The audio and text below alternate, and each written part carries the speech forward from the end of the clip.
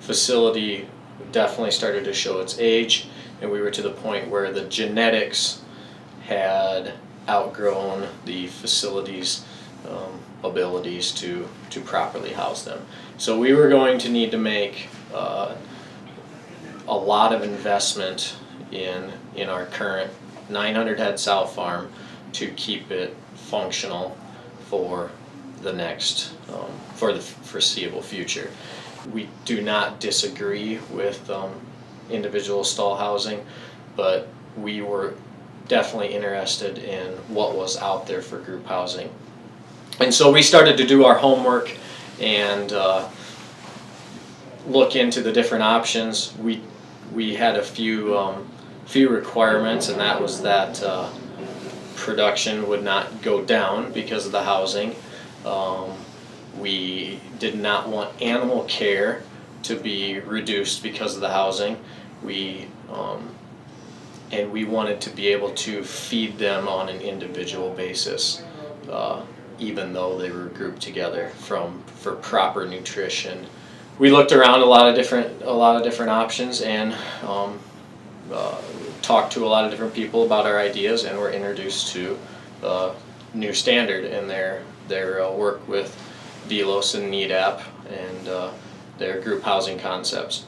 So we chose to build a 4,400 head sow farm. Our goal was to fill 2,400 head finishing barns in a week, and so that's how we decided to size the farm.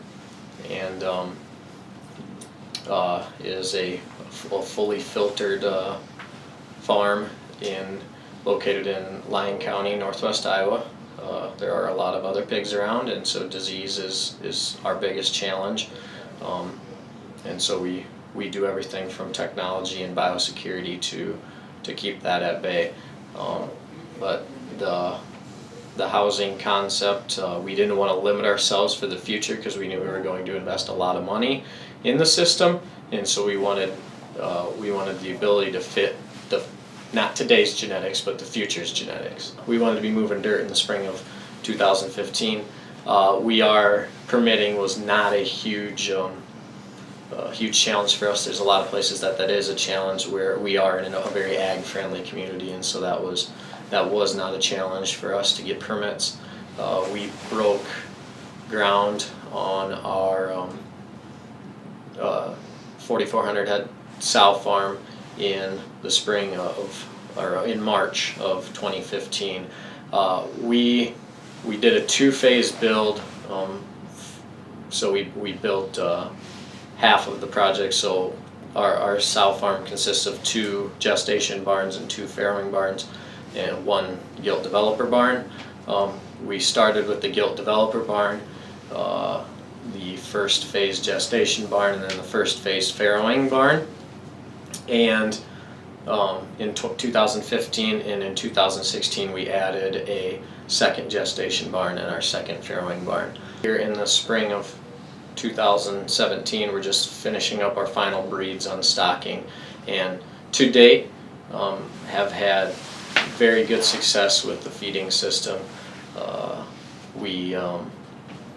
Our animal behavior, we have very little to no fighting in the pens. Our biggest problem causer in the group housing is an open sow, or open gilt, and so when they're coming into heat, they tend to pester everybody else and ride, and so that's really from a behavior standpoint, that is the biggest challenging female. And so obviously our goal would be highest conception rate possible, have as few of those females in the group housing pen as possible, and as soon as we notice them, get them pulled out. And other than that, sow behavior, sow fighting has really been to a minimum. The feed stations have worked relatively flawlessly. I mean, we've had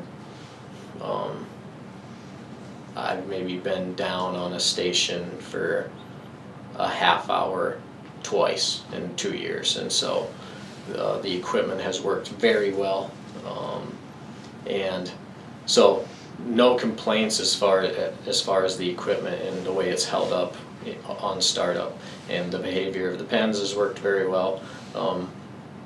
Again, our challenge is always disease in this area, and so that always comes number one, biosecurity and stuff for us. I would tell others that if I was to build another barn today, that we would put group housing in this exact same concept.